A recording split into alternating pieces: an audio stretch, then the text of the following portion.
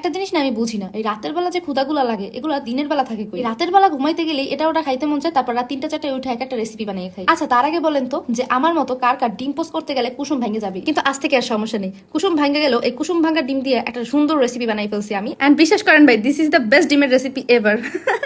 Hello, আসসালামু আলাইকুম। প্রতিবারের মতো আজকে রাতের বেলা ঘুমাইতে গেছি, পর ক্ষুধা লাগছে, কি আর করার, ওইটা চলে আসছে। ফ্রিজ খুলে দেখলাম ডিম আছে, তো কি আর করার, ভাবলাম একটা ডিম পোস্ট করে খাই। কিন্তু ওই যে ডিম পোস্টটা ঠিক মতন হয় না, ডিমের কুসুমটা ফাইটা যাবে। এই জায়গায় বিরক্ত লাগার জিনিসটা হচ্ছে আমি ডিম পোস্ট খাই হচ্ছে ডিমের কুসুমটার জন্য, একদম আস্তে আস্তে কুসুমটা থাকে, ওটা আমার ফেভারিট। বাট ডিমের সাদা আমি খাই না। কিন্তু যখন কুসুমই ভেঙে যায় তখন কি আর ডিম পোস্ট খাইতে ইচ্ছা করে বলেন? ফার্স্টে ডিমের কুসুমটা ফাইটা যাওয়ার পরে আমি আগে আরেকটা ডিম নিয়ে নিই। সেকেন্ড ডিমটা প্যানে দেওয়ার পরে এবার কুসুমটা ঠিকঠাক ছিল ফার্স্টের দিকে, কিছুক্ষণ পরেই দেখি কুসুম আবার ফাইটে গেছে। কেমনটা লাগে বলেন? এবার ভাবলাম আর ডিম নষ্ট করা যাবে না, এই ভাঙা কুসুমের ডিম পোস্ট তো আমিও খাবো না, আর কাকেও বা খাওয়াবো, কারণ বাসায় তখন সবাই অলরেডি ঘুমেছিল। তারপরে মাথায় আইডিয়া এলো, এই ভাঙা কুসুমের ডিম দিয়েই আমি একটা রেসিপি বানাবো। এখন এই যে ডিম পোস্ট ঠিক মতন হইলো না, এই জেদ আর ক্ষোভ ডিমটারে গুড়া গুড়া কইরা আমি উঠাবো।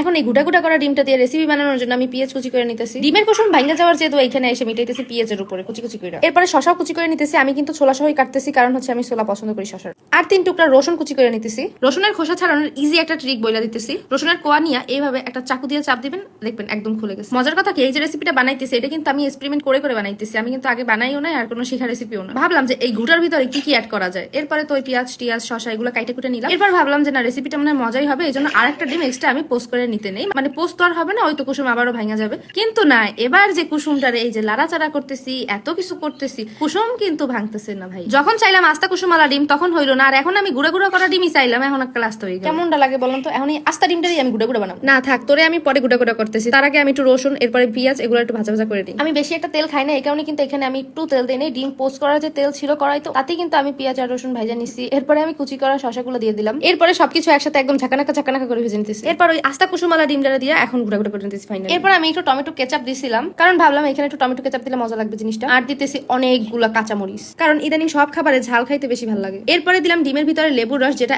একদম আবশ্যক এই রান্নাটার জন্য, কারণ যখন ডিমে আমি লেবুটা দিছিলাম তখন দিছিলাম অনলি ফর ঘ্রাণ, বাট খাবারটা খাওয়ার পর আমি বুঝছি না, এই খাবারটা লেবুর রসের কারণেই বেশি মজা হয়েছে। সো এই লেমন কিন্তু একদম ম্যান্ডেটরি। আচ্ছা আমি কিন্তু রান্নার ভিতরে লবণ দিছিলাম, যেটা হয়তো ভিডিওতে দেখানো হয় না, কিন্তু কেউ আবার ভাববেন না যে আমি লবণ ছাড়াই রান্না করছি। আর এর সাথে কিন্তু ডিমের এই রেসিপি বানানো শেষ। এই ডিমের রেসিপি দিয়ে এত সুন্দর একটা স্মেল আসতেছিল ভাই রে ভাই, এই ভিডিও এডিট করতে যাই আমার আবার এটা খাইতে ইচ্ছা করতেছে এখন এই বানাইয়া। আর এই ডিমের রেসিপিটা আসলেই এত মজা হয়েছে, এন্ড বিশ্বাস করেন ভাই, দিস ইজ দ্য বেস্ট ডিমের ঘুটা রেসিপি এভার। বলেন তো আমি কাকে কপি করলাম? তো এখন থেকে ডিম পোস্ট করতে গেলে ডিম নষ্ট হয়ে গেল কোনো সমস্যা নেই, এইভাবে ঘুটা ঘুটা করে রেসিপিটা বানাই ফেলবেন।